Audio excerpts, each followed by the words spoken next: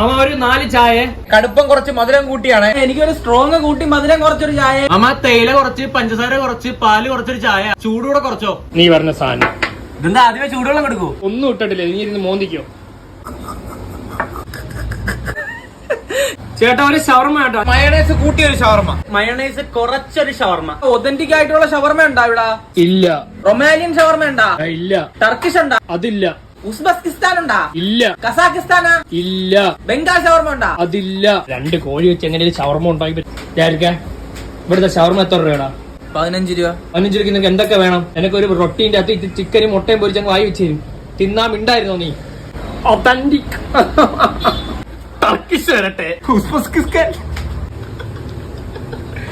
ചായ ഉസ്ബെക്കിസ്ഥാൻ ഷവർമ വേണമെന്ന്.